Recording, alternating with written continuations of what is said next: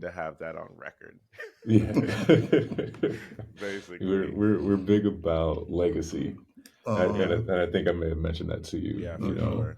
Um, so part of this journey for us is not only for us to leave our legacy, but it's also for others to come on and be able to leave their stamp, Well, you it's know, within our appreciated. platform. But you know, Gotcha.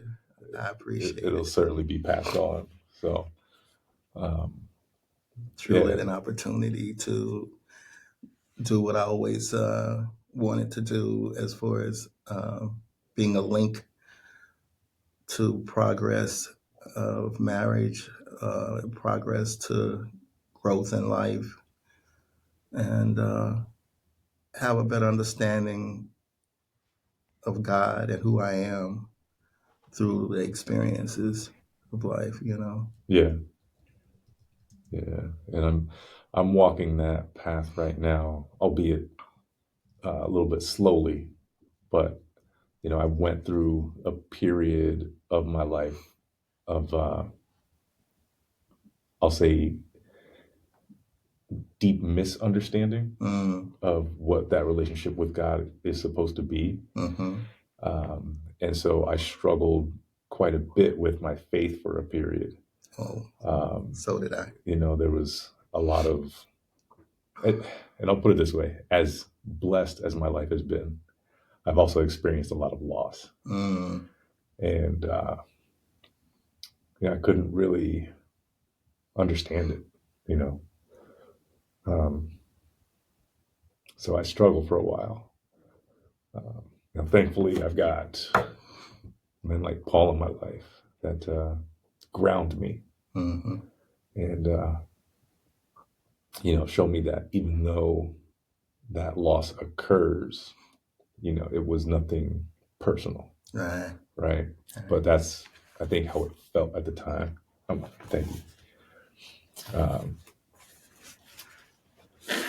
and you know, I'm still walking through that a little bit, but I am actively seeking that relationship. And so, you know, as Paul said, you know, he often pulls me into Bible studies.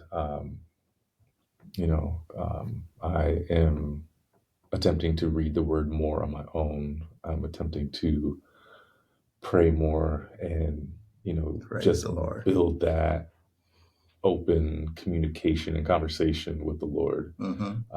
wherever I am. I've been intentional about trying to do that at work. Right, I had opened some pretty deep conversations with some coworkers. Mm-hmm. One being like my senior director of operations, which you know you typically don't get to have those type of conversations with, Mm, if any conversations, really. right? Um, so I know he's put me in the right place to help develop this relationship. Mm-hmm. There was another coworker who, unfortunately, we recently lost to a heart condition, but um, I know there's progress being made because I think previously I would have also taken that a little bit personally. Mm-hmm.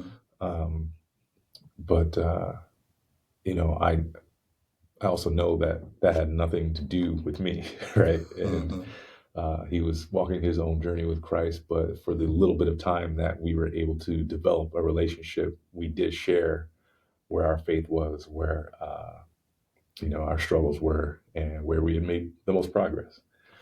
Um, so I'm getting there, you know. One day at a time, Yeah, one step absolutely. at a time, you know. Um, that's how God works in our lives, in our growth. That we create the journey by our kind of choices that we make, but God is with us in that journey, no matter how deep the hole gets or how long the road gets. We can be sure as our relationship is growing with God, getting to know Him, that He's always there in the journey with us. Um, Even in our failures, you know, I mean, marriage to me has taught me that in our failures is where we find his help more can't even say the word, significant and more precious because it teaches us how much we can rely on him, um, despite how little we can rely on ourselves. Hmm. Often we think we can rely on our own choices and our own self, but he teaches us by allowing us to fail and fall and developing a need to get back up, just like a baby, uh, learning how to walk. Um, he's always he's that faithful parent that's always there in the journey to encourage us to get back up. I told a lady this just recently about how God is there to strengthen us when and encourage us and direct us when we at our weakness. And when a baby learns how to walk, it doesn't just walk right away, but it has an incentive to want to walk by seeing other people around it walk. And those people around it walking gives it an incentive to want to do something it hasn't had an experience to do. Hmm. And God gives it that encouragement to, you know, push to try to walk, but his limbs are not strong enough to walk yet. His muscles haven't developed, so it couldn't walk. So those muscles have to be developed, so it crawls first. And as it's going through a crawling experience, it's building up strength in his legs to one day be able to stand. And when it does have the opportunity to try to stand and it falls, it just doesn't stay there.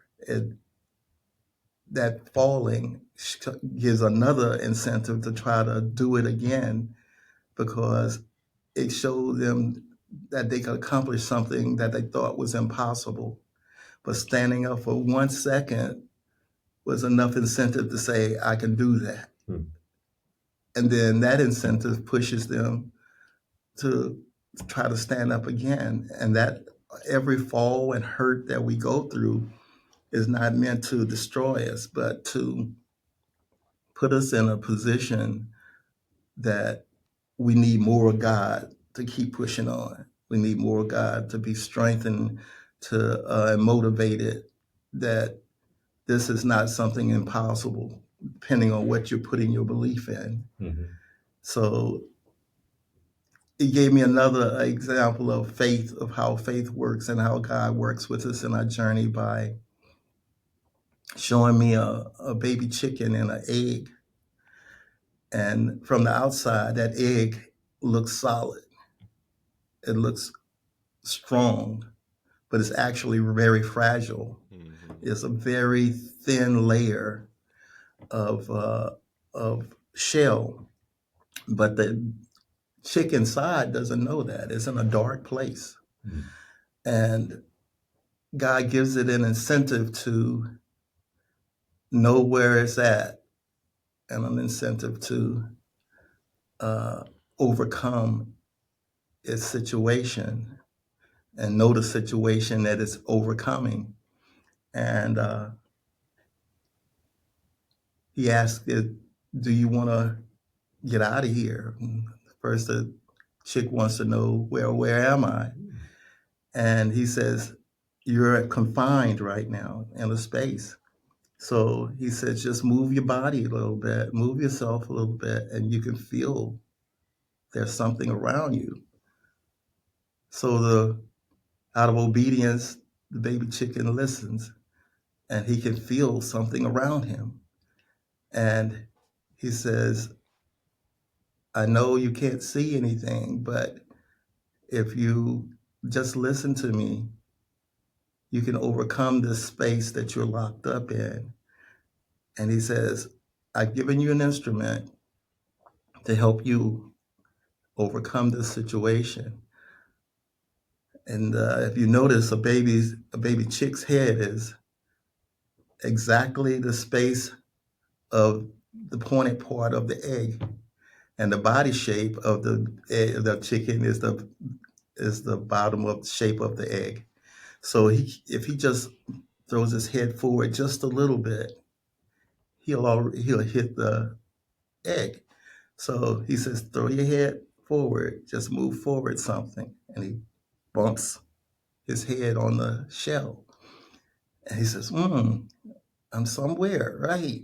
And he says, well, hold your head up a little bit and throw your face again. So his pointed beak is there. So he can't miss anything. So he hits the egg and he hears a little crack. And that gives him incentive to want to know what's causing this to happen. Every time he obeys God's instruction, it leads him to a new understanding of his experience of what he's going through. And he said, do it again. He does it again. And it cracks a little bit more. And the more he did that, the more the eggs start cracking. Then a tiny bit of light comes in, just a tiny bit, enough to let him see that the situation is changing. Okay. And that tiny bit of light leads to him doing it more, because now he wants to see what's on the other side of his situation. And the more he cracked the egg, more light comes in to show him the condition he's in, and to the point that pushes him to come out of that situation into the light. But if you reverse that, and he didn't obey God, and he didn't have the strength of will to go forth and to do anything about his situation by listening to God, then he could have died in that very space that he was in, because he didn't activate his faith. Right. And that taught me a whole lot about the importance of faith. He gave me one about the butterfly too, but I won't tell that one unless you want to hear about it some other time. But I really like all of that. It's really amazing. And I think even just the both stories could be a great metaphor for not just your faith walk, but I think it relates to marriage as well. It's where my mind went when you were talking about the baby, right? Like we start off in marriage not really knowing like babies, how to right? do this thing, but we see examples of it and like, wow, I would love to have a relationship like that, right? Right. Which is our incentive to get married. And then you see others progress in their marriage and you're like, oh wow. And it's funny to me that sometimes we demonize admiring where other people are, right? But Yeah. just in the example you gave, if we were not to do that, we would still progress in some fashion, um, but without seeing other people's experiences and what other people are capable of, we wouldn't necessarily know that we're capable of doing it, right? And then beyond that as well, not just knowing that it is something that can be done, but exploring to see if it's something that you even want to do, right? Yeah. It's that's a great metaphor for marriage and the progression of learning, how from crawling to developing that muscle, Right. to walking and still falling but getting back up, Mm-hmm. right? And then running, still falling, but then getting back up and getting faster and getting stronger. And then as we age, turning around and teaching others. Yeah, it's actually the falling that's the strengthener. Mm-hmm. Uh, it's the pain in life, it's the struggle in life that's the developer of strength in life. Because if you don't have the ups and downs, it's just like having sunshine all the time. And then when rain comes along or any kind of turbulence come along, it shakes you so much that you're not mentally or spiritually or physically prepared for it to deal with it. And I heard somebody say that the person that climbs to the top, he has a further place to fall to than the person at the bottom. Right. Person at the bottom needs the incentive to climb to get to the top, but they won't experience the struggle until they start climbing. They won't have the need to get up and go through uh, um, the experience of what it feels like to be to the top until they starts climbing. And the person at the top, staying, being at the top is a great feeling, but unless you know what you're at the top for, that experience can become empty after a while because you're usually there by yourself. Mm-hmm. The further you climb, you find yourself more alone because you have to allow a lot of things to fall out of your life Right. to get to that top. That journey to get to the top is for you. That's where your space with God is, and you're all by yourself, and you have to even depend on Him even more if you're going to be taken to a higher Mm-hmm. place. Okay, so each the bottom is not meant to stay at the bottom, and the top is not to make yourself think that you reached your journey, because that's why a lot of rich men, when they don't have those things anymore, their life fails them because they never they might have climbed to the top, but they didn't go with God as they were climbing. Mm. So they were alone when they got there, and they found there was nowhere else to go. Okay. Yeah. So God is always the one, He's the platform for growth to start the journey. And when you reached with your peak, what you think the peak is God is there to continue the journey. And we don't, as humans, we don't like to be told, you know, you can't do something. Okay, as a baby's, as a child's instinct, when it starts growing up, it gets to a certain point. It says, "Well, Daddy, you don't have to tell me what to do anymore. Or, Mommy, you don't have to tell me what to do anymore. I know," because they reached a certain point in their journey, and they think that, "Oh, I got YouTube, I got this, I got this book, I've learned that book," and it leads them to think that they know more than that they know. But my experience with God is that every time I thought I knew something or I had reached a certain amount of growth, He always knocked me back down to the baby stage of showing how much I needed Him to continue that journey and how little I know. I thought I knew a whole lot, but until I got to what I thought was the top, He let me know, no, you're just starting again. Mm.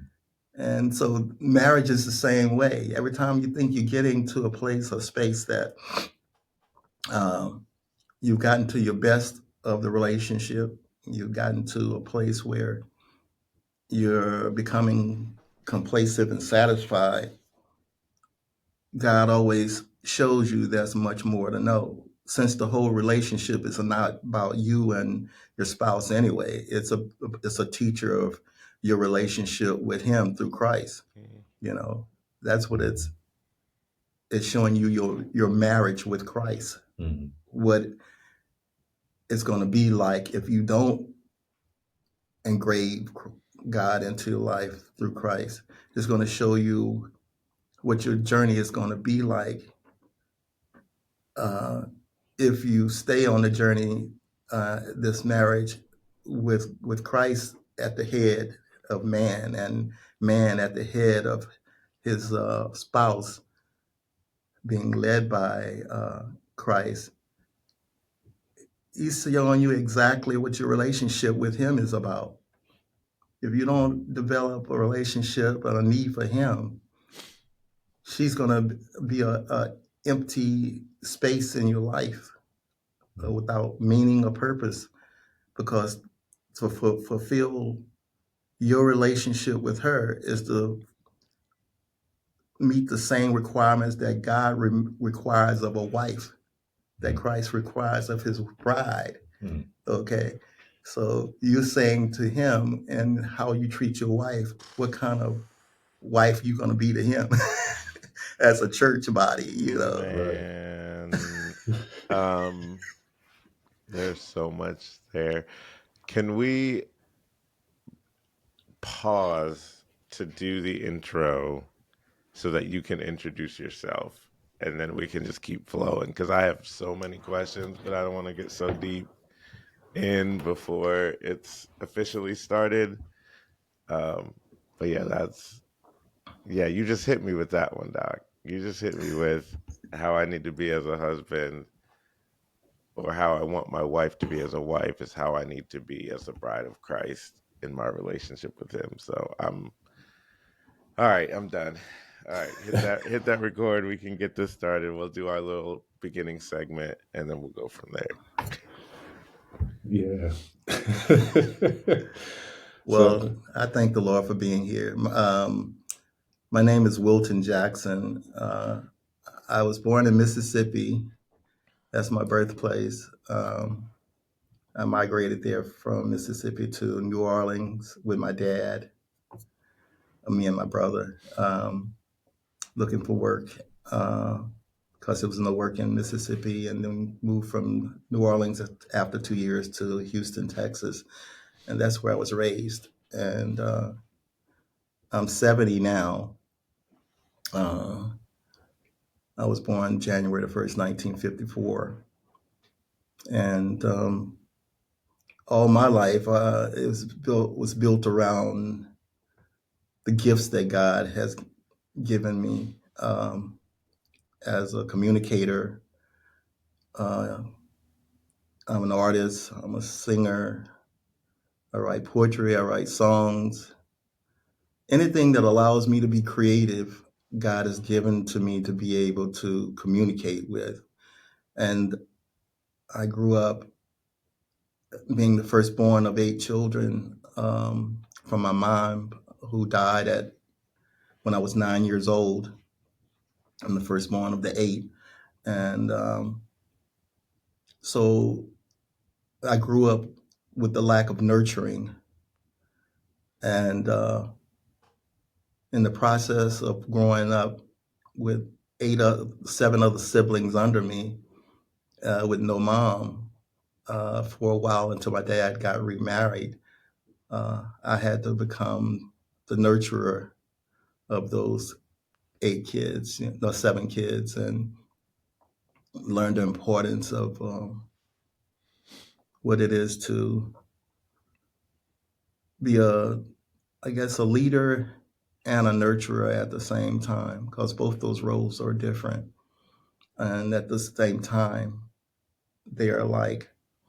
Um, but I grew up looking for that nurturer in my marriage, someone to give me and show me what my mom wasn't able to be around to give me.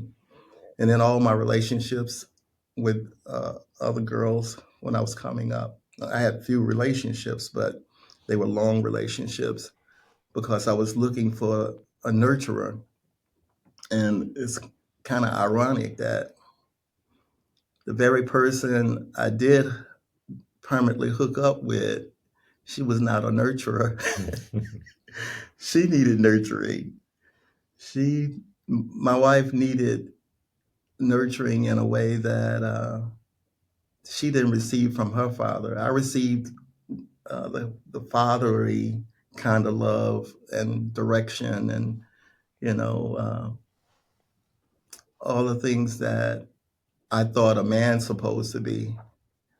I received those things, but I didn't receive a tenderness or a hugging or nothing like that.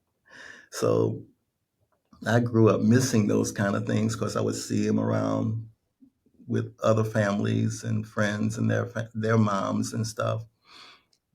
So I hung around people mostly just to be close to their moms. And while I would see them neglect their moms and treat their moms without respect or neglect to understand the value of them, I was like upset that they were not appreciating what they had, because I never had that experience, you know. Yeah. So I grew up looking for a spouse that would uh, kind of replace those things, much like Michael Jackson did with his missing his childhood and trying to find ways to replace it. And but the good thing about my dad is that he taught me the most important things that I needed about my manhood. And those things are like taking me to church when I was a kid. I hated going to church, not not for the fact that uh, um, it was a bad place to be or uncomfortable place to be. Sometimes it was, but it was the fact that it took me out of a comfort zone. Mm. It always took me out of the comfort zone because he would wake me up 5 o'clock in the morning when I'm getting my best rest and make it get ready for church and stuff. I know I'm going to a lot of different places. That's what I was saying. It would take me to a place. He would take me to church and make me stay in church with him until I thought church was over. It'll be over at 12 o'clock or 1 o'clock. We would go there in the morning and be there until 4 o'clock in the evening from that morning period, and then go back to night service. So, but once I got there, that was some of my best learning experience about life. So I grew to love it because anything I wanted to know about manhood, about what's important in life, uh, about the growth of life, the experience of life, everything that was important about life, I got it when I went to church. I was irritated sometimes with the preacher only because being raised in a Church of God in Christ, uh, they like to holler a lot. Yeah. And I like to listen. Um, you wouldn't know it by my talking, but I like to listen and know what they're talking about. Right. And they would put too much emphasis on how they express themselves rather than delivering the message. And I wanted to hear the message. So I would get annoyed when they did that. But that was my teacher of what life was about, what manhood was about, and especially manhood, because I used to think manhood was what my dad was about,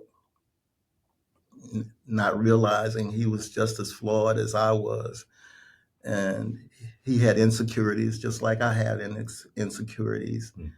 You know, every man has insecurities, whether they know it or not. What age were you when you realized that your father also had insecurities, and how did that expose itself to you? Well, I never knew my dad as a cursor, a person who cursed, used any kind of foul language. Never seen him smoking cigarettes or anything. And I heard talk about him when he was younger that he used to drink and things like that, but I never experienced it. And one particular night, I think I was about 12 or 13, uh, I remember him coming in and he had drank some, at that time they called it Thunderbird. And I guess he had his falling from grace at that period. And, but it shocked me. Me and my brother helped him come in the house and stuff, and it shocked me to see him in that condition. Mm. But after that, I started seeing more of the same thing of men who thought of themselves to be righteous or holy, uh, make mistakes. I think the biggest one was Graham, um, that preacher Graham. I can't think of his first name right now, but it only let me know how fragile we are as men and as human beings, that we can fall at any time when we're not paying attention to our walk and when we're not dedicated to our walk, understanding our walk and how God is revealing himself through our walk.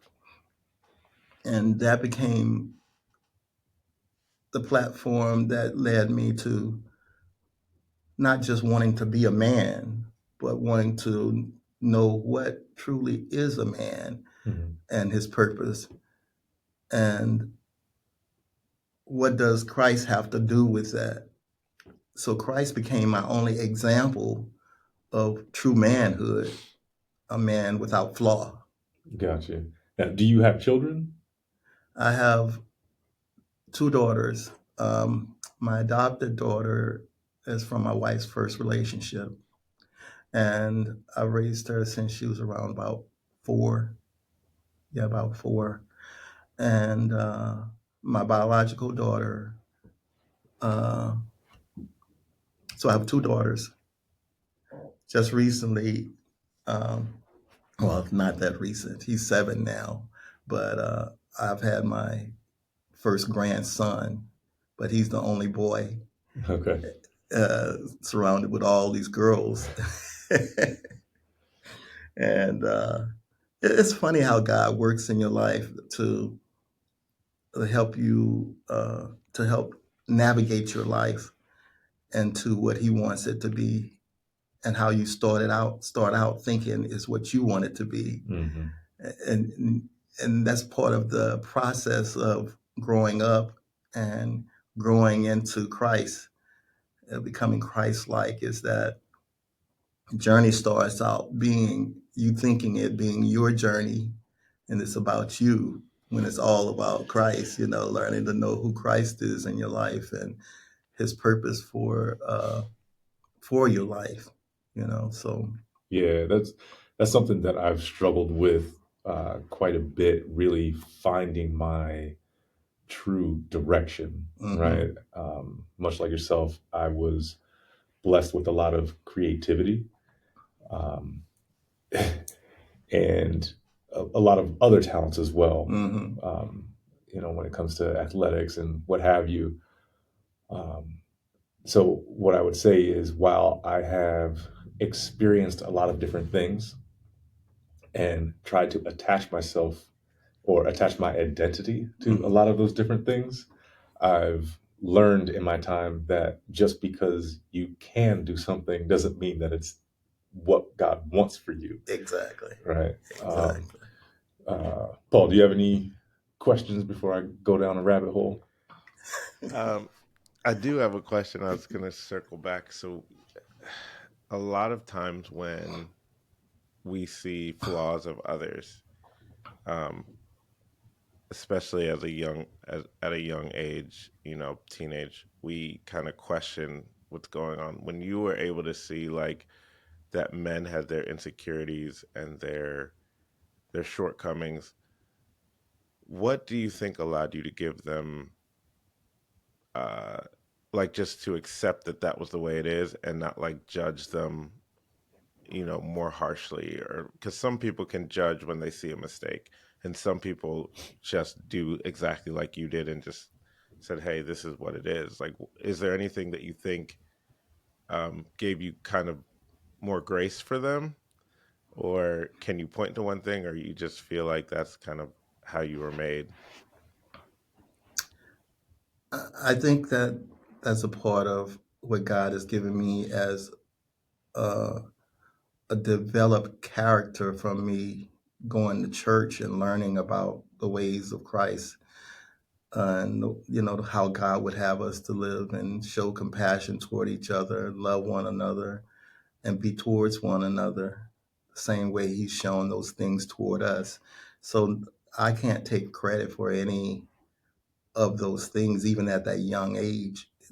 Age really has nothing to do with um, how we grow spiritually, because we can grow old very quickly uh, in spiritual things and learn so much about God so early that we can experience childhood and adulthood at the same time.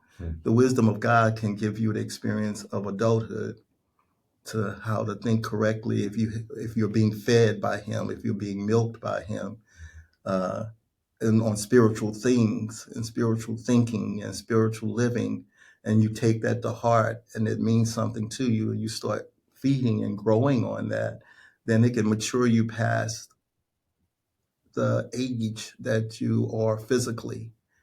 And I think that was playing a part in how I responded to things. It only proved to me what God says about the weaknesses of man and the flaws of man and the character of man and how he's so uh, in need of God in his life. And it only proved what God said was right, what I heard through the word about those things were right, that we need him that much.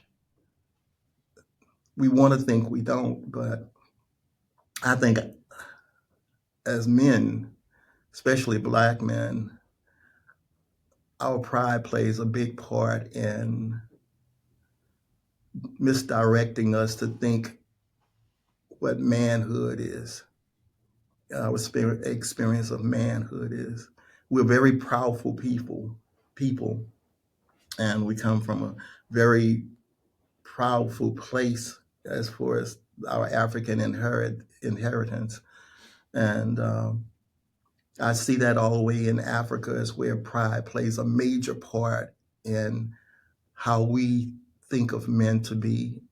And I consider our pride to be our biggest weakness, because being brought to America, and whether we were slaves or we came here on our own, we adapted to a way that we wanted to be a part of outside America or inside of America.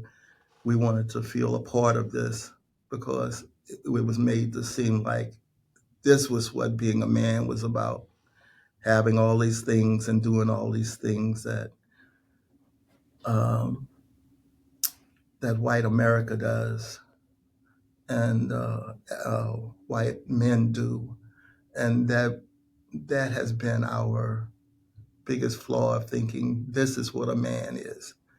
This is what a man is constructed of, and that's been our only direction as far as guiding us to doing what we think being a man is. You know. So, speaking to pride, have you seen that get in the way of the progression of marriage? Oh yeah. You know. Could you talk on that a little bit? Because I think Pride is, and I see why God hates pride, because it doesn't allow you to be humble. It conditions your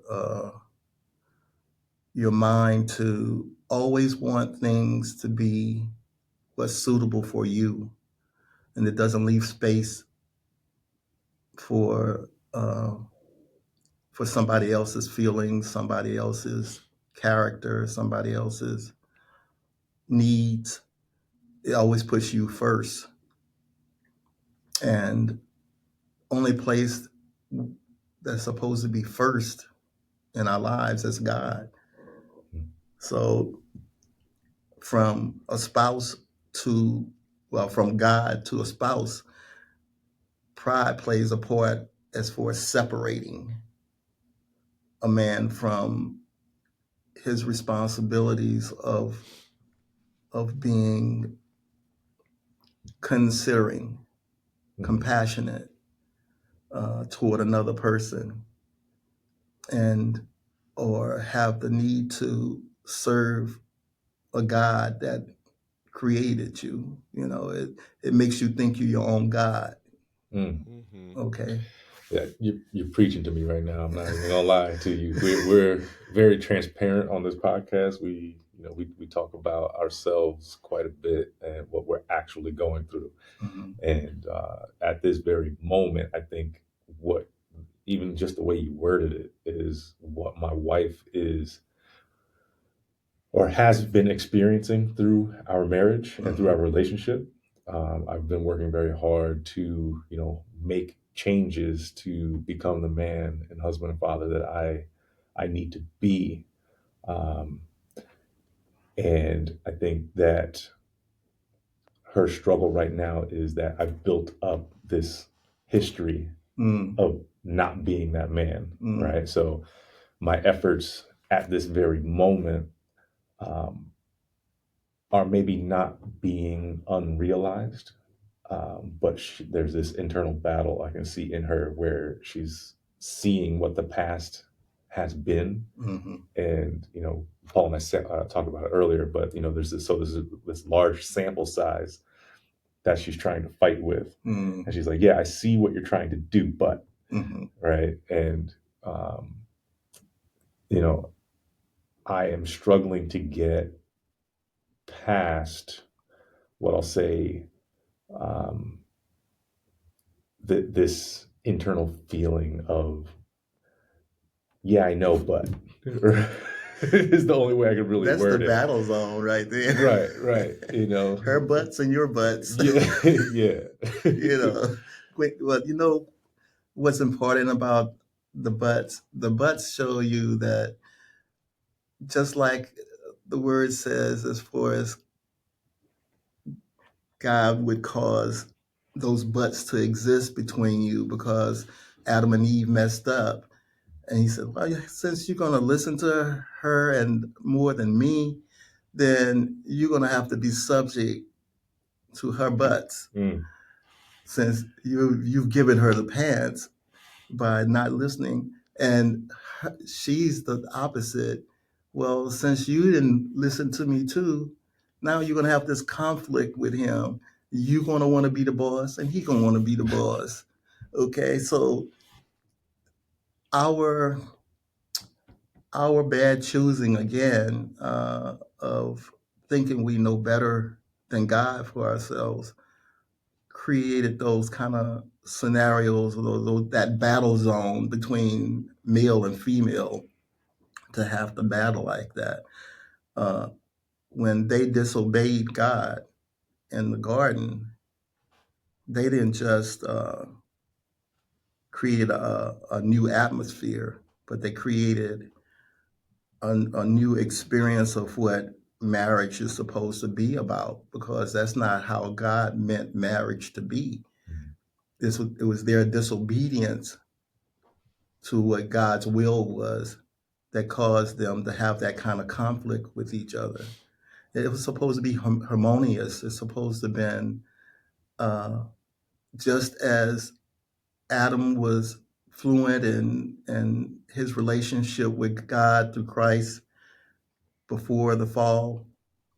That's what the marriage was. They had no reasons for having argument or disagreements or anything, because everything flowed with the will of God, was done by the will of God and obedience. And that's where pride stepped in too, is where neither one of them wanted to obey that God's will and have that beautiful flow of doing things right and having everything work out right. And they got their own individuality of what he said was going to happen Yeah. if you ate of that fruit. You're going to learn what disobedience is. You're going to learn what arguments are. You're going to learn what uh, all the problems along with doing what you want to do. You're going to learn that from disobedience. And that was just a response of disobedience to have that kind of battle going on. So as we grow in Christ, we're supposed to try to get back into that mindset. Let that mind be in you that was also in Christ Jesus, so we can get that harmonious flow again in relationship with God, that we don't have to question anything that God instructs us to do. And we shouldn't want to, because wisdom would cause you to say, okay, if this is what God wants to be done, this is the way I'm going to do it, and this is how I'm going to do it. And then during the process of that peace, you have peace because you're at peace with God. Yeah. But if you, with a woman now, with a woman,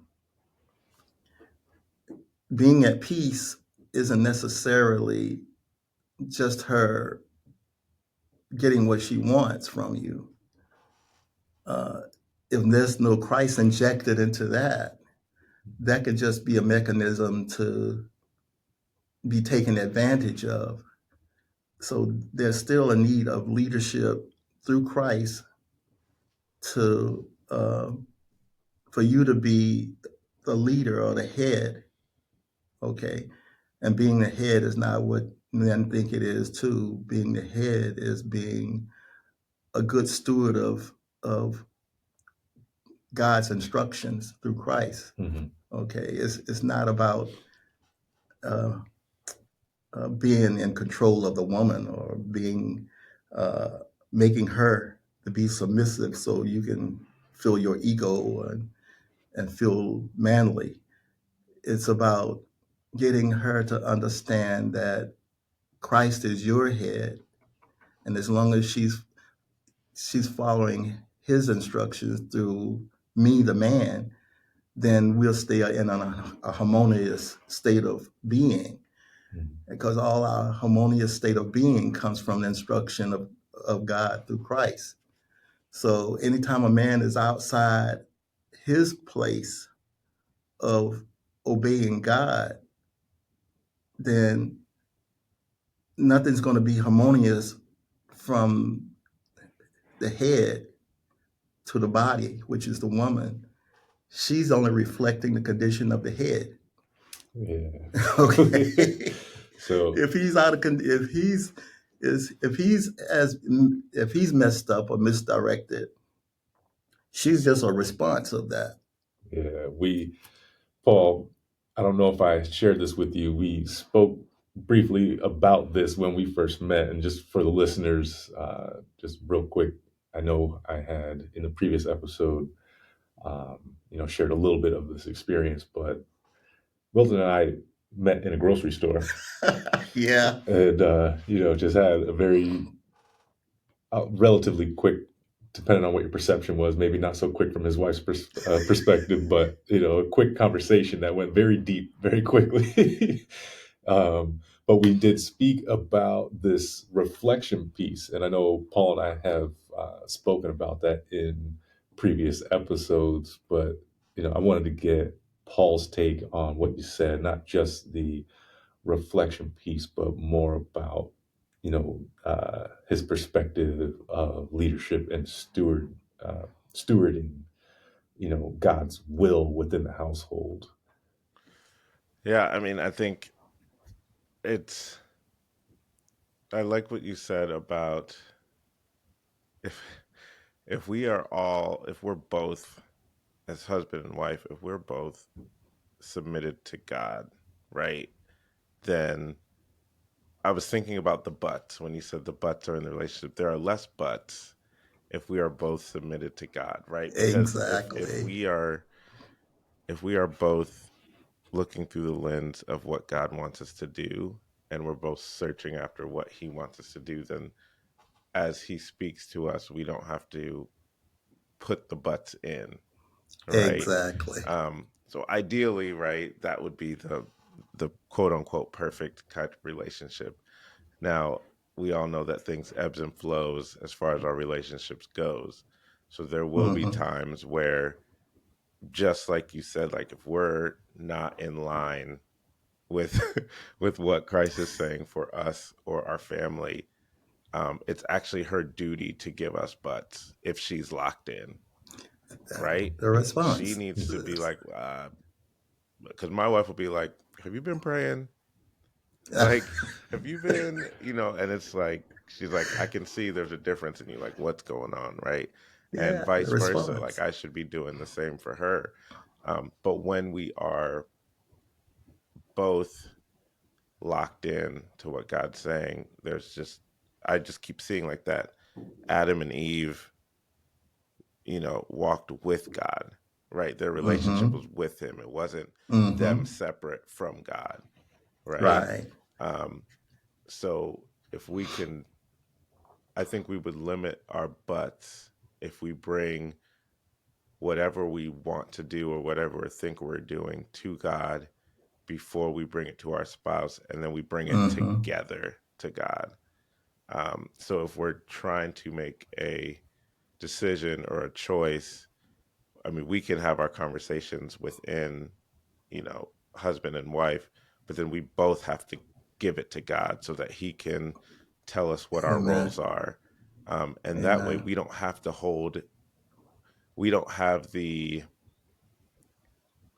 we don't give the opportunity for us to point the finger at the other if we know Hmm. what we heard God say, Right. right? And I think it's, when we're talking about being stewards, I think we have to be stewards of each other. Just like you said, we all have our role, like the nurture role and vice versa. And we can pick up on things, and obviously the Holy Spirit will give us what we need in all the situations that we're in.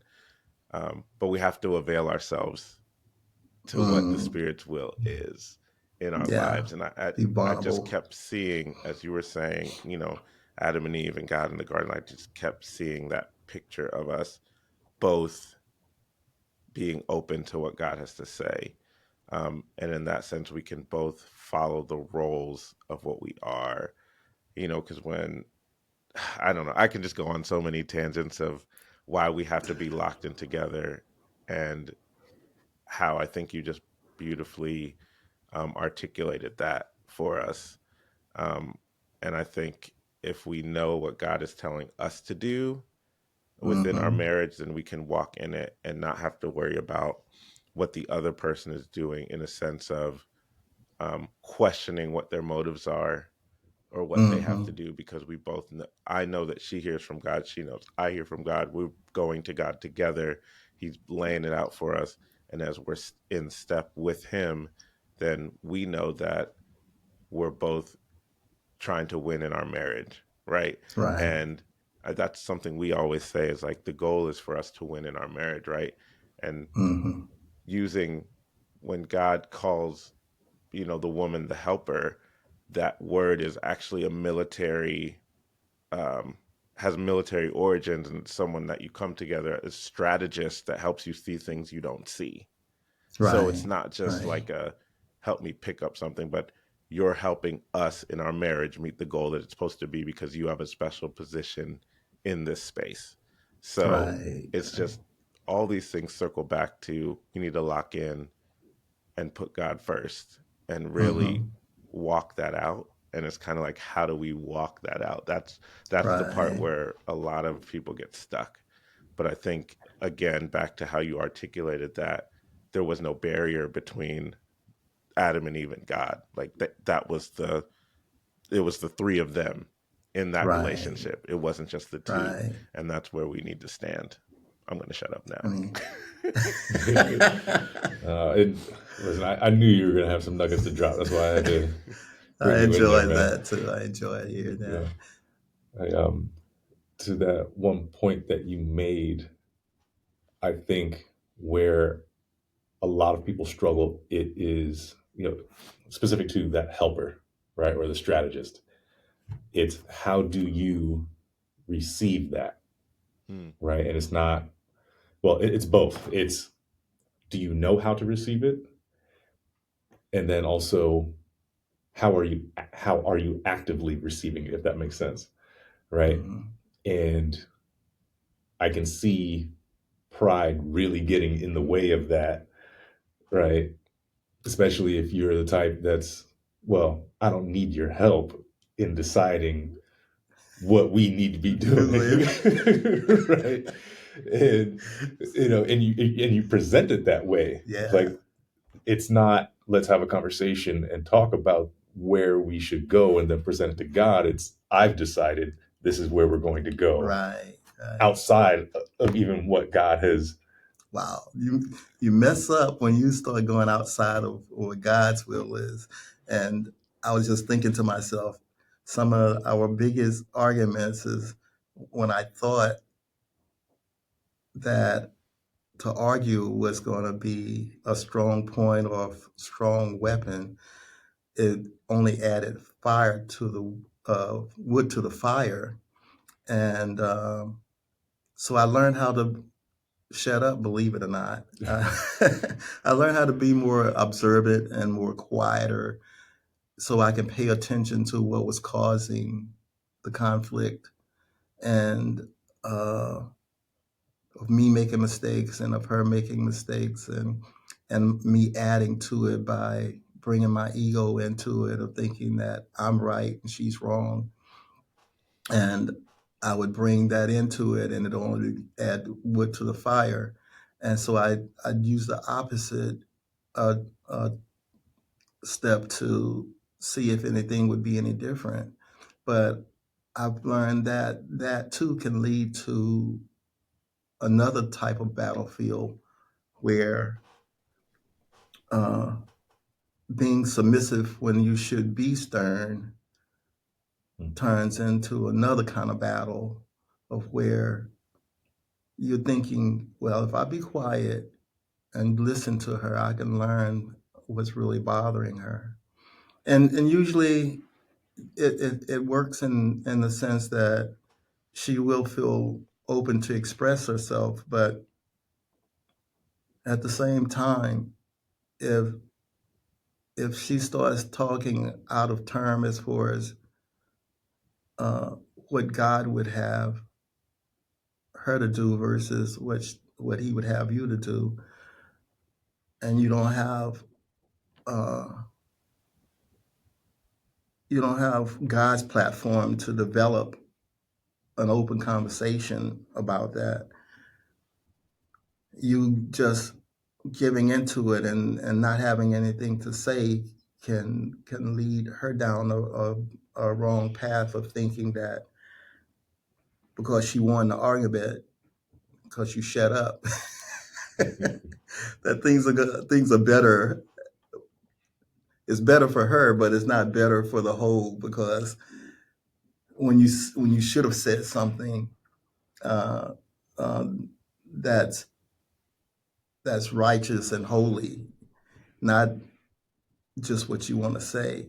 You didn't say it, and she took that as being a power that she gained for controlling you by using that particular method. And I don't know if I'm expressing this right, but I have to use an example. Um, my wife has a tendency sometimes to tell me to do something, uh, and this is not what she tells me to do; is how she'll tell me to do it sometimes, and I have to figure out: is this a demand or a command, or is it just a need? And then I have a choice to how I'm going to respond to it. And then sometime I'll respond to it. I said, this sounds like it was a command, but I'll do it because I like peace and I want peace. But it came out of her mouth like it was a command, okay? and she don't want like me commanding her, so she shouldn't be commanding me. And that was from our own personal uh, her need versus my sensitivity of her need. And you know, out of peace, I'll respond and I'll just do it. But I'll come back and I'll say to her later, why did you say it like that? And she'll argue me down and say, hey, I didn't say it like that. And I said, well, that's how I felt, that you were commanding me to do it. I said, why did you feel necessary to do that? And that would lead us into a deeper conversation as far as how she chooses to express herself. And I'm just sensitive to those things because I'm a sensitive person. And I could have responded differently, just like she could have said it differently. But because we didn't interject what was Christ-like into it, or until I would say something, well, that's not how God would have us treat each other, something like that. The moment I put God into it, he became the mediator to handle that situation differently. If I don't inject God into it, Christ into it, then just becomes an argument or disagreement between the two of us of how we see things. So that's how much difference it is to inject him into any of our disputes or our relationship, our growth of our relationship, because he's the great common denominator, or creates a flat surface that things could be seen and done correctly. And now bringing them in there, you have all these emotions handling going all the time. You got the man's emotions of how he feels. You got the woman's emotions of how she feels. Today's generation of woman doesn't like to be led. Okay, they like to. I'm not saying all women are like that, but the way uh,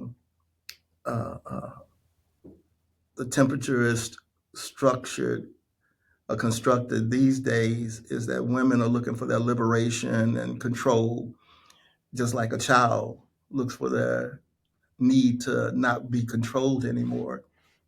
So they got this battle on with men. So if you're going to be Christ-like and say that you're a Christian and you're walking in the ways of Christ, that's going to be something you're going to definitely have to live out in your life. And a lot of the changes that came about in my marriage, as far as the growth, and it was in later years, was because first I had to humble myself. I seen my need to change if I wanted her to change. And if I'm going to say I'm a man of God, then I have to start knowing what is a man of God, what is being Christ-like, what does Christ do in these kind of situations, as far as marriage.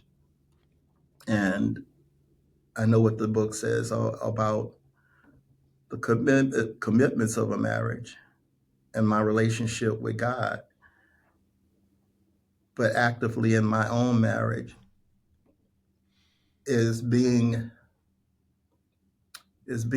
assertive, being a male, natural for being a male, or being Christ-like, natural to be a male. And the answer is both. Christ is assertive when he needs to be assertive, and he's mild, meek, and calm when he needs to be mild, meek, and calm. Okay. Yeah. And you have to be able to be equipped and ready to use both of those at the time that they're needed, not just for a purpose of showing authority in the relationship. Because if you want to be a he-man, then you're going to always be macho, assertive, controlling, and she has her place that you've made for her, not what God has made for her, and your idea of what that place is. And if she goes out of line of that place, then she's pushed your buttons. And because she don't want to be in that kind of space or place that you put her, then she's going to be assertive as well. So it creates a battle zone. But I've learned in everything that you do in Christ, it creates a space for peace as well as a battle zone. Because if you're married to a person that's not in Christ, then that's a battle by itself. Okay. Because you got to kind of get them to understand that you're a man of God. This is what God requires of you. Are you going to be in agreement with God, not with me, but in God? Because I'm just trying to do what God tells me to do, and He's instructing me. Well, if we go down that rabbit hole without Him, we have a good chance of not coming out of that rabbit hole. And she might say, well, I think I'm equipped to be able to come out of the battle, out of there by myself. I don't need God. And if she's thinking that way, you got a whole nother battle on. So being unevenly yoked is a big portion of what the struggle is that creates a battle zone. Being Because it creates all those disagreements, takes all that harmony away. It takes away the one eye, the oneness. The oneness should be one God, one Lord, one head man, and a body willing to follow. And like I said, if any of that is out of its proper place, then a battle zone or the harmony is going to be broken, and there's always opportunity for battle zones, creating battle zones. Yeah, far too many opportunities. more so when you're unevenly yoked and not with somebody that's agreeable with you serving God. Okay. You have a woman that's willing to follow you with your walk in Christ. Is not to say that the battles are not going to be there. You can work them out in Christ, because it's not what man says or woman says, but what God says. And as long as God is directing that, then He can put both of you straight. It says what you both should be doing. And Paul, you look like you want to jump in I there. just had a question. Well, I have many questions, but back to what you said kind of about your having a conversation of maybe when trying to decipher if it was a demand or what she needed. How did you, or when in your marriage did you um, decide to regularly, or you figured out how to regularly inject, is this how God would speak to each other? Right? Like, when did you learn to, how long in your marriage did it take you to get comfortable that either of you could be like, hey, this is not how God would want us to speak to each other? Because I know some people might hear that now and be like, oh, I'll never get there. But was that something that was early on in your marriage, or, halfway through? I mean, you've been married for a while. So, like, when did that become a regular rhythm in your discussions? It's like that baby walking, learning how to walk.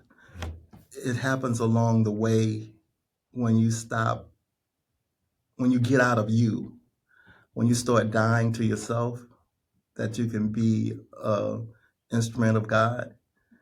The more you die to yourself and are willing to humble yourself and die to your own needs and see the greater need of the other person to learn about Christ through you, um, you find your thought pattern starts changing, because you're not worried about so much about what pleases you anymore.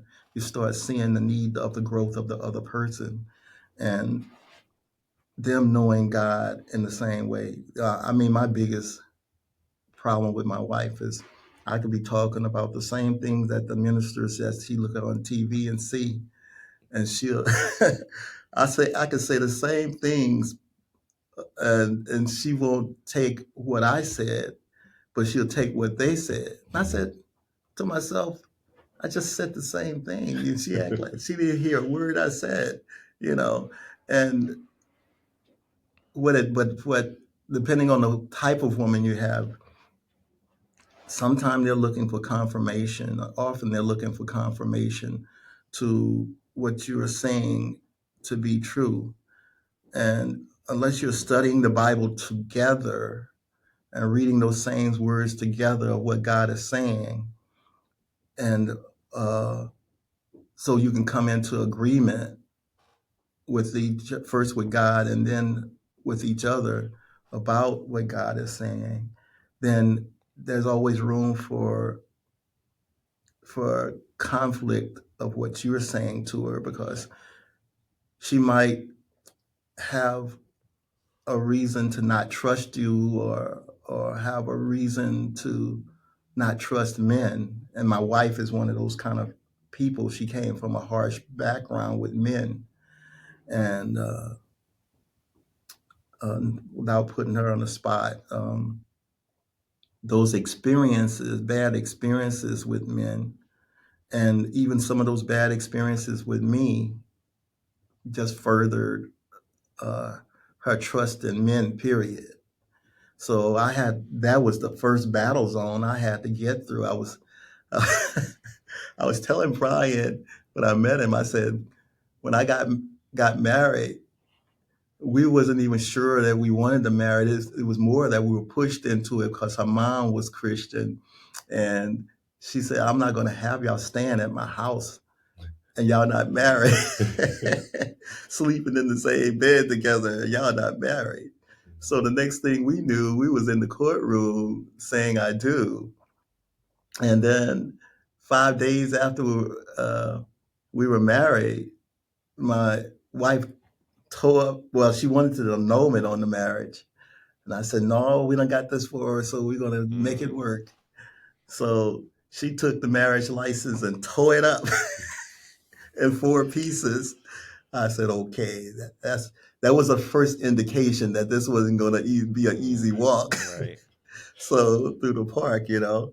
So the next thing, I took the um, I took the marriage license and I glued it on this big red poster, and cut the poster in the shape of a heart, and I wrote on it, "Never to be torn apart again." And she burnt it up. She took it and burned it. Oh my goodness. I said, "Oh man, this is gonna be a challenge here," you know. But I like challenges, you know, and all that told me that it was going to be a rough ride, right, right ahead. But what made me stick around at that time was that her daughter had been with me um, for at least two 2 years, 2 or 3 years, and her father had deliberately rejected her and walked out on her. And I seen her need for a father, and I seen her need to have a positive male figure in her life. So that made me, that's what God put on my head. Do you want to leave her in this state, thinking that all men are just trash? Like my wife was thinking at the time, because of all her bad experiences with men, she really didn't want to get married. So it was God all the way pushing this narrative that we stayed together. It, it, I can't say that I'm such a good guy that I wanted all these all this baggage and all this trouble and all these challenges that I seen coming ahead. He was merciful enough to let me see that, yeah, there's going to be some challenges here. Are you willing to stick it out? So I think seeing my daughter's need and her turning out to be with the same bitterness and anger as my wife was because of men, uh, that motivated me Mm. to not want to recreate that. Coming from a situation where I know what it was to grow up without a mom, it gave me the sensitivity to see, hey, what it would be growing up without a dad. And I think those things are some of the buttons that was pushed in me to want to make it work. But every area and every portion of that walk was like that baby learning how to deal with adversity, changes, discomfort, not having things the way I want, because what it was teaching me that the same nurturing I needed from God, she needed it even more. My wife needed it even more. Mm. And I had to be sensitive enough to see that and care about that. And God put it in me to be a nurturer, because I was raising my sisters, my brothers under me. I was a mother and a father at the same time, Okay. um, in that situation. And because God had already equipped me Right. to deal with such adversity without me even knowing Yeah. what the adversity was going to be. But to be truthful about it, it didn't start off with the greatest of intentions and uh, looking for a perfect marriage. I was looking for, out once I got into a marriage, I always wanted a perfect marriage, but I didn't know what a perfect marriage took. Mm-hmm. I didn't know more than what it took to be a perfect man until I found Christ. And but I found that everything perfect comes from Christ. Anything perfect comes from Christ and through Christ. Right. That's one thing that I was learning. And I remember telling Brian about uh, I had left a couple of times my relationship just to give myself space. I really didn't run away. I only wanted space to think because I was in this relationship all that time, both of us making mistakes and stuff. And I would take off. I took off twice. I went to my father's house in Mississippi, and I only ended up there because the car broke down on me that I was driving. The next time I went to Houston. But this third time the Houston journey was a beautiful experience. When I took off, I was just fed up with trying and trying, and I got this pushback from my wife all the time because nothing I was doing was satisfying her because there was so much anger and hostility there toward men. And she was definitely a rebel, the type of woman that exists today, and that fights and wants to be the controlling factor in the relationship. And so I just got tired of wrestling because I like my peace. I like being laid back all the time. And what happened was I got on this journey. I just took off one day and said, I'm going to stop thinking about other people all the time and think about me for once. So the last check I got from this job I was working, I just took it. It wasn't much. It was about $180, 80 some dollars. And when I took this faith journey, before I got out of Jersey, that $180 had dwindled down to like $17. Mm. And that experience started my faith journey with God in the sense that I said, Lord, when this is gone, it's me and you. I don't have nothing else to work with. I had all my art stuff, I love music, so I had all my CDs, and I just took the things that were essential to me. Um, some clothes and my keyboard and my paintings and stuff. Didn't know these things were going to end up being tools that I could make money with on the journey. But this journey took me to a place where, so before I got out of Jersey, they had this. I don't know if you remember Hurricane Francis, but when I got down to the last couple of dollars, I stopped into this mini mall, and I was looking. I needed rest for one thing, and so I decided to stop there and rest for a while. And I sit there in the car, and I was just asking the Lord, how this was going to be. He was going to help me work this out because I didn't have no idea where I was going from that point. So he said, look at those people, because there was some people, couples walking toward this door, and I was watching them. And as I seen it regularly happen, he said, that must be some gathering place, might be a club or something. Why don't you take your sketch pad in there? See, can you sit down and draw some sketches and get some money from doing some sketches?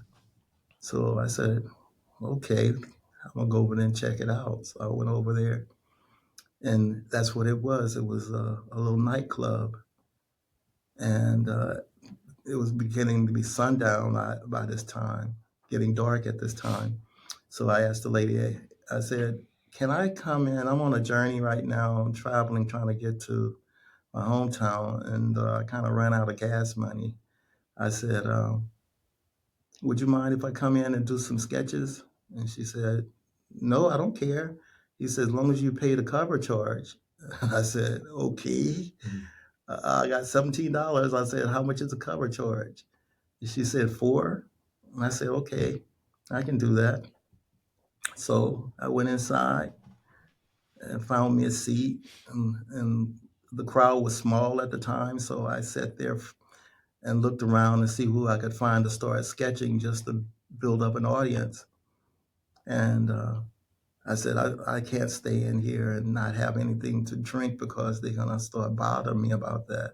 So I ordered a Heineken, and I just let it sit there. And so they wouldn't have to bother me about it.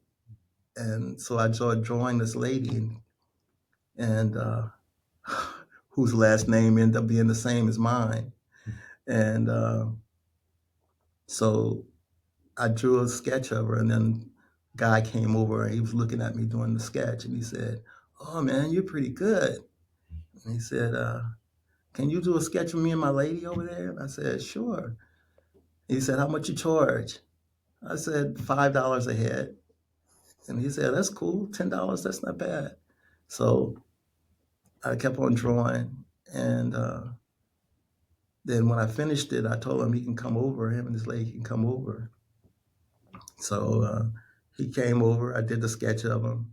Then other people started seeing that, and they started coming over and stuff. What you drinking? Oh, I'm drinking Heineken. Get this guy Heineken. Next, I had about 5 Heinekens. I had drank out of none of them.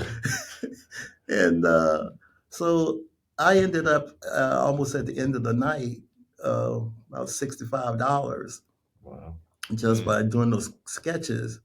And the lady came over to me, and that I did a sketch of, because somebody told her that I did a sketch of her. And we started talking, and she started telling me about, her experience and thanking me for the picture and stuff. And because I gave it to her. And I always write something encouraging at the bottom of the pictures and stuff. And she said, you kind of remind me of my husband. He was in the military too. He's passed. And she says, where are you going from here? And I said, I'm going trying to get to Houston, but I need somewhere to sleep tonight. And so that's my next step, trying to find somewhere to sleep. She said, well, I don't know if hotels or motels around here. But I'm staying with my mother and my father with my son right now. And of course, you can't stay there, but there's a swimming pool next door for the area so that you could park there for the night. And I'll bring you some coffee and Danish in the morning, help you on your way. So I said, fine. So I did that. And this was the night that Hurricane Francis came through. So I was sitting in the parking lot and it was very stuffy in the car because of all the stuff I had in the car. So I let the window down a little bit. This is how cool God is. I'm sitting in the car started rocking and back and forth a little bit. Rain, mist started coming through the window, hitting me on my face. I said, oh, that feels good. I didn't know I was in a serious hurricane at the time. The car's rocky, everything is like a baby being rocked to sleep. I slept through that so nice, man. The next day, the girl came just like she said, brought me the coffee and the Danish, and we exchanged numbers and stuff. So she wanted to know how I was doing on my journey and stuff. And and I said, okay. So I got on the road, and I didn't even realize it was a hurricane until I got about maybe 10 miles down the road, and I started seeing uh, trees on cars and some on houses, and thank God it didn't block the highway or anything like that. But I just seen um, trees everywhere blown down and stuff. And I said, what happened? I'm looking around, you know. Then I got up to a point where I looked at my gas tank and it was right at the edge of empty. Now I got all this money and no way, no way to get some gas because all the electricity was cut down. So there was nothing open. This is where God came in. This is where He took my almost empty tank, and I almost traveled 30 miles on that amount of little. It was. I'm not going to even say it was either the tank was broke or something, but because I know even if it was, it would have ran out way before the time that I got to a gas station. But when I finally got to a gas station, of course, it was closed down. So I couldn't get gas. So then I had to sit and contemplate again, Lord, how am I going to get some gas now? I can't go no further if I don't get some gas.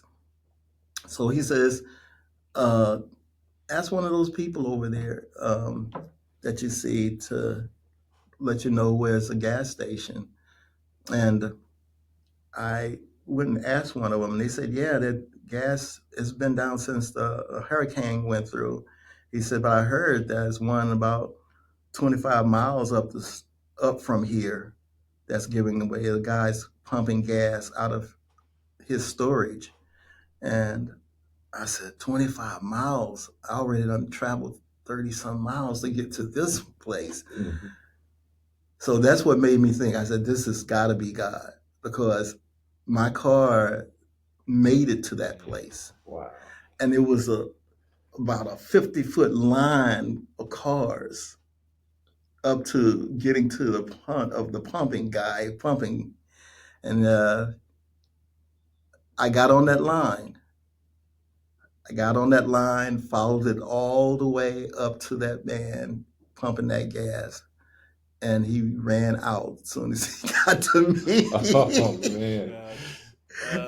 It seems like something that's made up, but that was the journey, part of the journey that was letting me know it was God in control. Because every place that God would send me to, except for the last one, the place would be out of order or something would happen that I couldn't get any gas. The last place I drove, somebody told me about, it was a line again. I got on that line. My empty tank lasts through all this, okay? I got on the line. This place worked. But as soon as I got up to the point, again, from this line, And I started going down the hill to get to um, where the pumps were. My car pump conked out on me. Mm. And I'm trying to figure out what's going on now. It wouldn't start.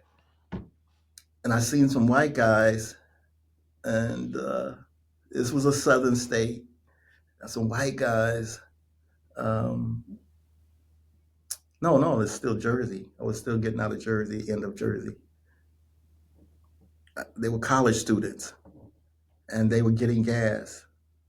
And I said, hey, could you give me a push up to the pump? Because I figured I had ran out of gas. That's why I didn't. So they pushed me. They said, sure. They came over, and I was kind of upset with whites at that time. My prejudice buttons was ticking, and I didn't want to ask them because I figured I was going to get a negative response from them anyway, you know. So I was skeptic in asking them, but they helped me out, which surprised me. And they pushed me up to the tank, filled the car up with gas, and they got in the car and went away. And so I turned it over again, and it still wouldn't start. And then I heard like that happen, and my what you call it? I think it was my what it is. It was something that holds air, hot air. Had to do with the radiator. Pipe had busted. So I said, now I'm really stuck because I don't have no way to get this fixed. I don't have enough money now because I done spent most of it filling the car up. I said, Lord, help me. And again, he sent somebody that I had a prejudice toward. Mm. It was a gay guy and his friend. And they came over, what's the problem? I said, I think something's busted in my car. And he said, raise your hood up. I said, first, let me push you out of the line so people can keep going, getting gas. So they pushed me out of the line, him and his partner. And I said, I don't know anything about cars, so if you can help me in any way, I would appreciate it. Putting my prejudice aside for that time being, uh, he looked under the hood and said, "Yeah, it's your water pump to your radiator. I busted." And I said, "You know anybody that does this kind of work?" And he said, "Sure, I have a friend that can do it. I call him over." This guy fixed my didn't charge me anything. Wow. Okay, I'm back on the road again. I mean, it was from scenario to scenario to scenario that things were happening where I had to give up the old me. I had to give up my prejudices. I had to give up the things that I thought about people and thought about situations, and not thinking that at the time all these things were preparing me to be a better husband or a better person, and being more receptive to other people's pains and other people's changes that go on in their lives and stuff, to pay attention to those kind of things, you know. I thought I already had it, but it was still things I had to get out of my system, out of my being, if I was going to be Christ-like. And this journey, this faith journey, pushed me to the edge that I had to start thinking differently about people, about life, about being Christ-like, and especially about what marriage is in my eyesight of what I thought it was supposed to be about. All the other things that I thought I was doing right to be a husband. Um, God was letting me know I wasn't as great as I thought I was. Mm-hmm. Okay. I had flaws. I had things that still need to be ironed out of my life to be more Christ-like. And at 70, I'm still feel like I'm starting all over again. The journey is just beginning again to learn a new level of Christ likeness. And the most important part about that journey was, other than God showing me that He was with me the whole time of the journey, the last part of the journey, I ended up in Mississippi, where I knew how prejudiced Mississippi was. So I expected the worst. But once I realized I was in Mississippi, that's when my alert system went up, and I said, I gotta be watching out now, because anything could happen to me at this point. So, but it was 4 o'clock in the morning. It was still dark, and I started feeling like, that I might be having a heart attack. And I was out in the middle of nowhere on a road, and it was pitch black. And this is what taught me how important a little bit of light, like that egg, that baby chicken egg. It was pitch black. I was scared out of my wits of what may happen to me in this particular place that I felt I had no way of getting out of. So I got out of the car, and I just started walking in front of the car, back and forth, praising God, asking for forgiveness,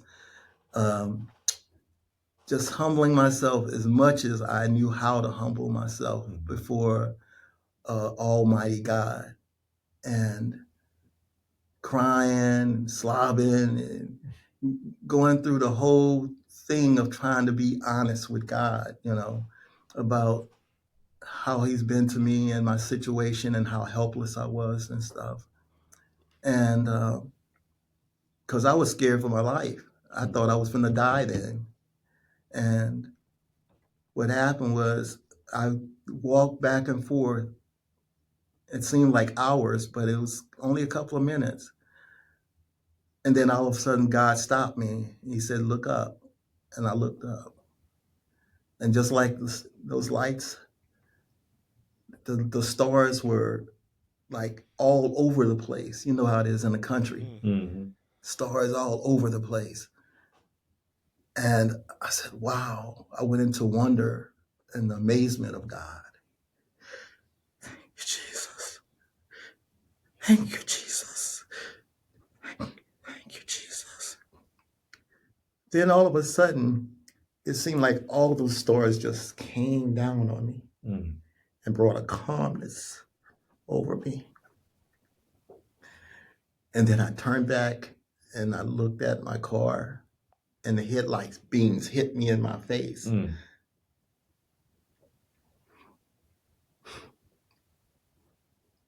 It was like looking in the face of God. It humbled me so much,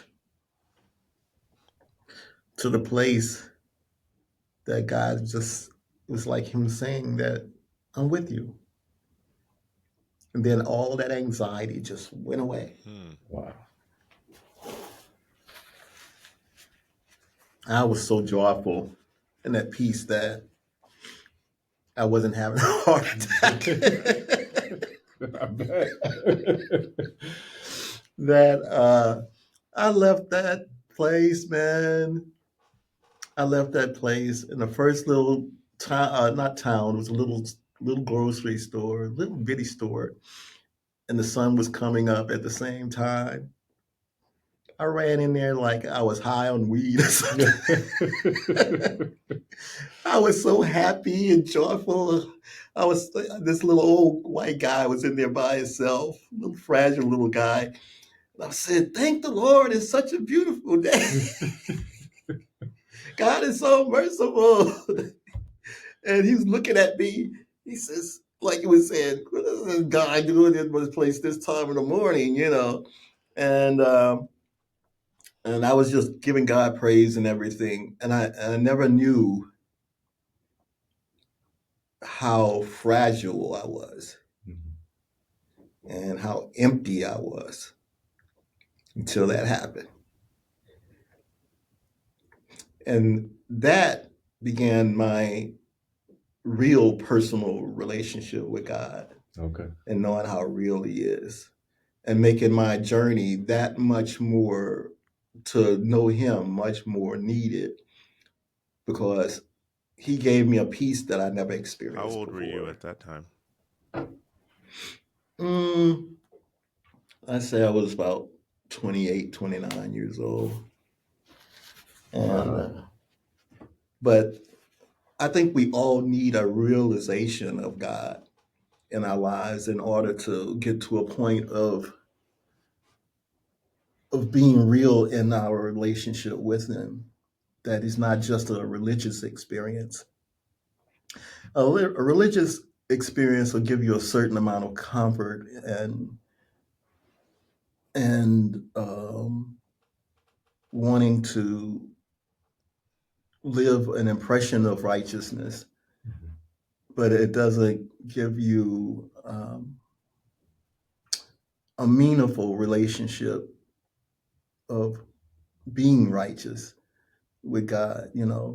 Knowing what holiness really is and what it really means to walk in the light, to be able to reflect the light of who Christ is Right. in your own life. I mean, without that experience, I could have went on being selfish and self-righteous and thinking I was doing the right things all the time, and because it was always from my point of view. Mm-hmm. Life was always from my point of view. And even when I would thought I was doing right and making the right decisions, it was always from my point of view of what I thought life should be and how I thought God wanted me to be. Until you get to the point of being real with God, everything can be a substitute for righteousness and true righteousness and a true relationship with God. People go to church every Sunday and experience worship and what they think is a relationship with God, but it's actually your journey, your walk, your development with knowing God personally uh, that drives you to a point that you're willing to change and take the suffering that comes with it. Because people got this idea sometimes that being a Christian is about living this peaceful or unaffected life, unturbulent life, when it's totally the opposite. Jesus was a peaceful person, but everywhere he went, he brought turbulence because he was peaceful. Right, right. Okay. He brought changes on and caused turbulence because he was totally opposite of the world. Yeah. Okay. And that alone can be in a relationship as well.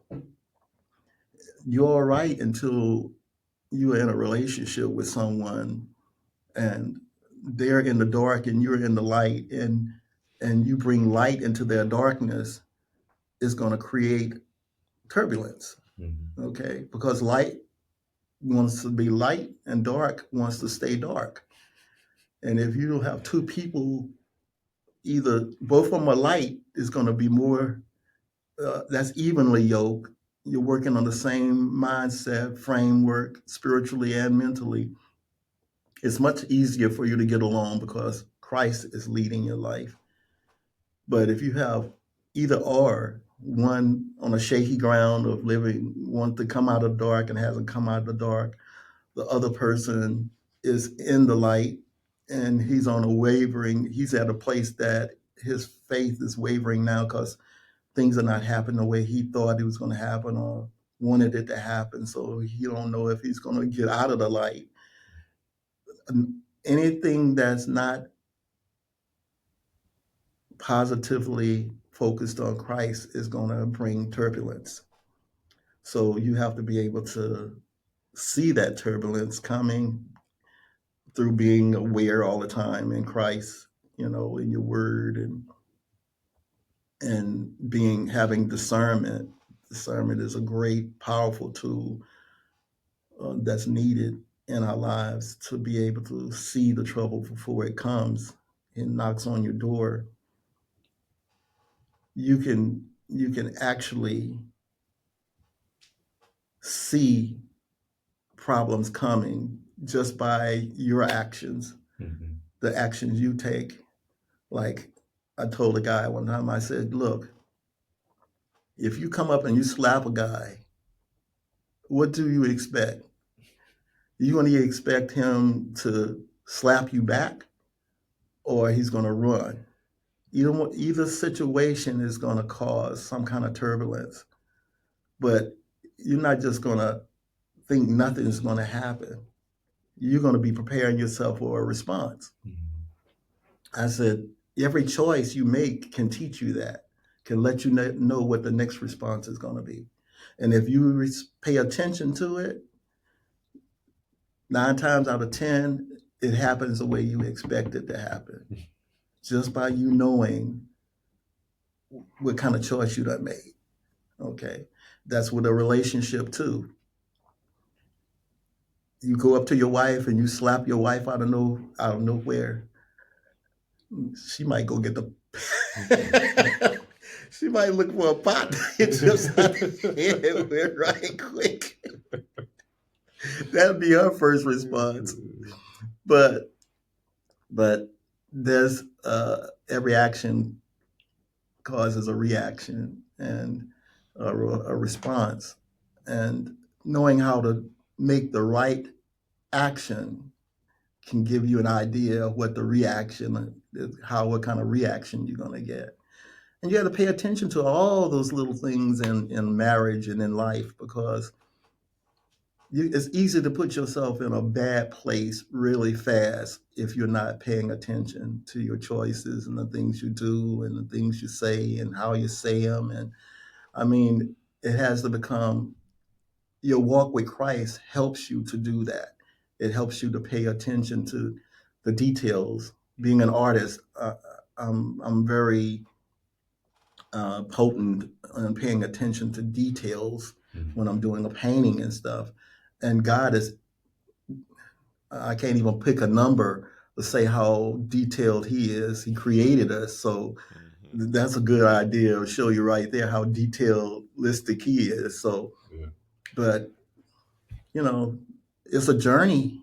It's a journey, Man, not part time when either. you were talking about this formative journey going to Houston from Jersey and all the things, you mentioned that you heard God say to do these things, right? To go, Mm-hmm. to stop at this place and go, you see the people go into the club or whatever.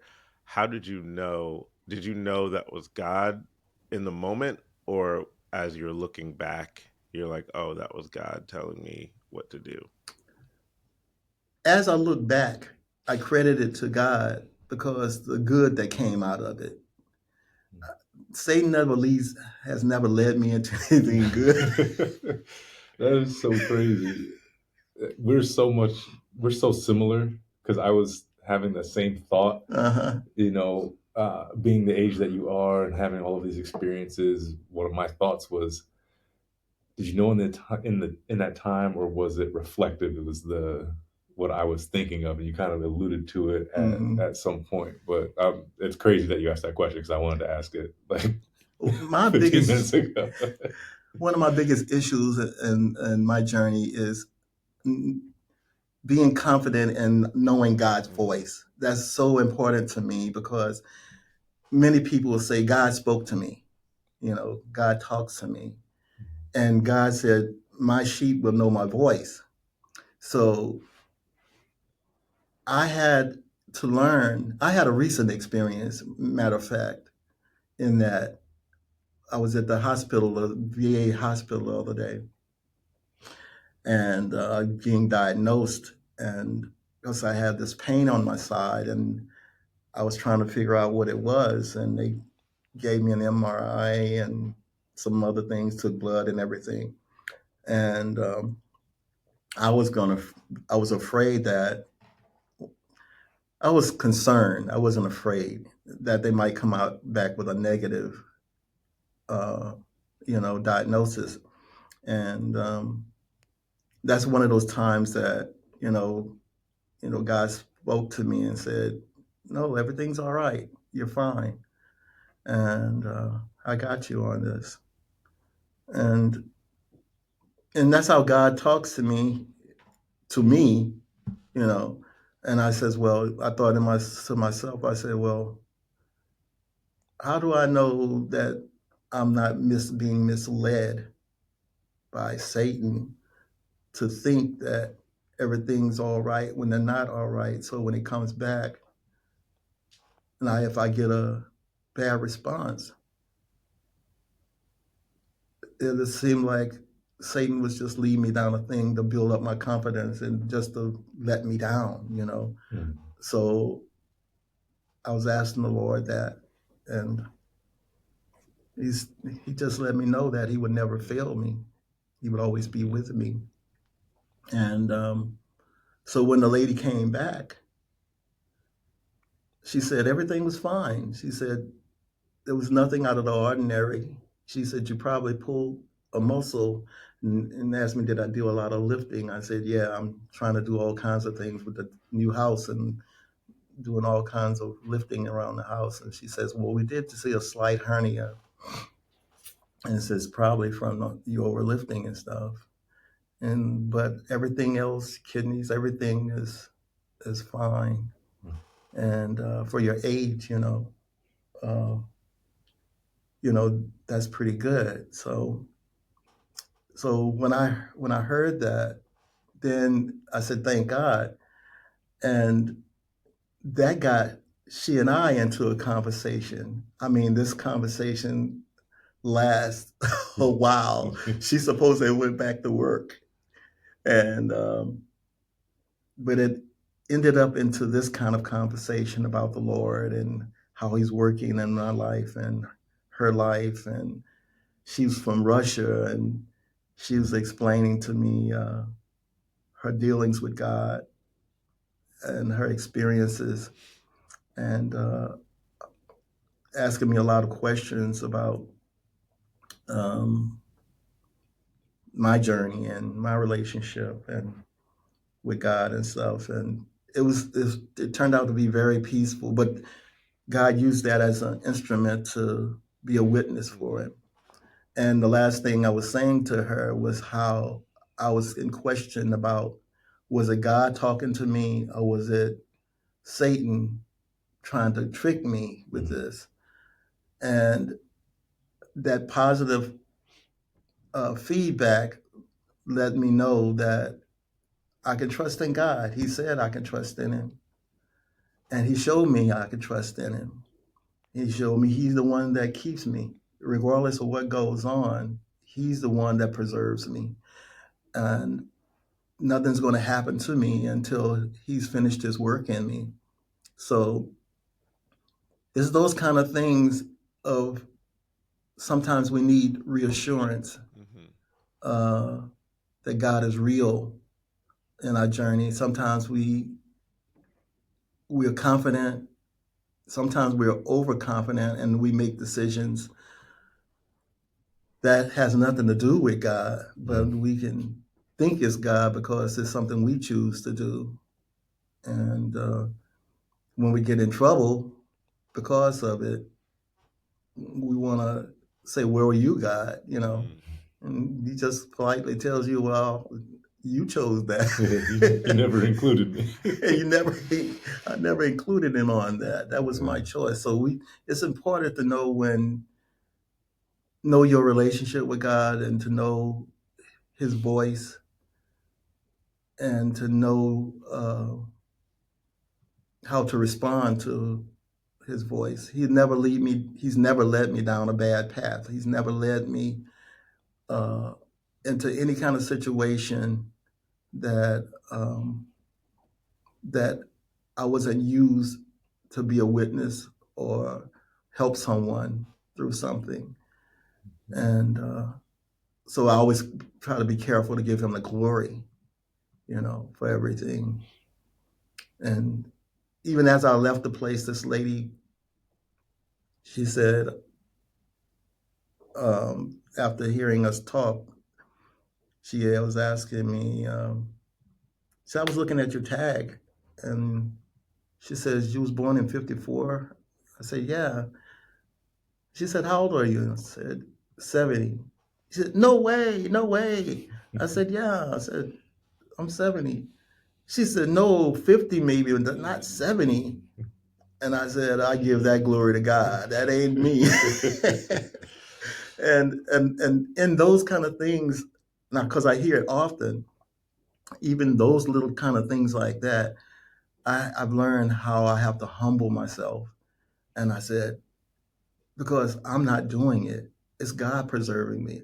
And He's preserving me for times like this and opportunities to show who He is, with everything He's given me in my conversation and how I treat people, how I treat my neighbors. People recognize the difference in me because I'm trying to be more Christ-like in as much as I know how to in my walk and learn more in my journey. But that's what it's about, us being reflective of Christ in our life, whether it's through our marriage, through our living, uh, uh, through our experience. We can engrave Christ into everything we do, and that's what He wants us to do. All life becomes about Christ, and because it is all about Christ. And It I'll tell is. you, I've certainly had that experience with you. Mhm. So, you know, thanks to you, but Thank also, God. thanks to God. Um, like we said in the grocery store, this was meant to be for us to cross paths, Yeah, and yeah. he was God's definitely the plan. player to orchestrate that occurrence. So I am so very thankful for that. It was a Um, pleasure. yeah, and we do need to wrap up because we've got families to get back to. Sure, sure. Um, I hope your wives are not fussing at you because no. I hope I didn't They'll. say something that. I'm sure they'll be thankful that we've learned what we've learned today through your experiences and Yeah. your beautiful casting of your story. I really love how in the latest story you told how you really brought it back to what you began with the chick and the egg. You Mm. know, so you're a beautiful storyteller, um, and I've thoroughly enjoyed learning from you and just having this opportunity to pick your brain and to Anytime. and if you're willing to, we'll certainly have you back on because I know there's a lot more in there to get out. You Please. know, but I'm so very thankful for you to come on the show, and I just wanted to commend you. I am appreciative of the stories you told. I'm appreciative of and really admire your self awareness and Praise God. the way you've developed yourself into the man that you are today, and the way you're able to stand before us and communicate so well everything that we've asked of you and everything that you've been through. You are a true storyteller, and I'm just so appreciative of that. All the glory goes to God. And if I may say one more thing, Of course. and to encourage, first of all, to God be the glory. And everybody's experience, your experiences, all our experiences, are books to tell a story of what God either has done for us and brought us from to make us better, or to say what a life has been without God. Mm-hmm. Okay. A few things that were said to me as a kid, two things that are most important that were, it's very short things, but very powerful things. I had a teacher that once said, and made us repeat a motto every morning. If a task is once begun, never leave it until it's done. Be the labor, great or small, do it well or not at all. And that became my work ethic. You know, in producing anything I produce. I like to do it with that kind of work ethic. I'm going to do it, give it my all. I'm going to start and finish it, or don't do it at all, you know. And a marriage is like that too. Don't start it with intentions to halfway do it. Mm. That's what divorce is for, and that divorce is not to for the growth of marriage, is to end the marriage. And God don't put you together for you to be torn apart. So your biggest battle is to fight against it, uh, to show that this is you're not going to have any intentions of divorcing him either. Mm. Okay. Mm-hmm. Second thing my dad said as a kid, he said, "Son, before you can serve God, you got to have a well made up mind." And that is the ethic that needed to realize that there's nothing that can't be accomplished once your mind is made up. Okay. Okay. Once you make your mind up, you don't make excuses anymore. You put That's away good. excuses. Okay. And the last one is, it must not meant to be said because I don't forgot.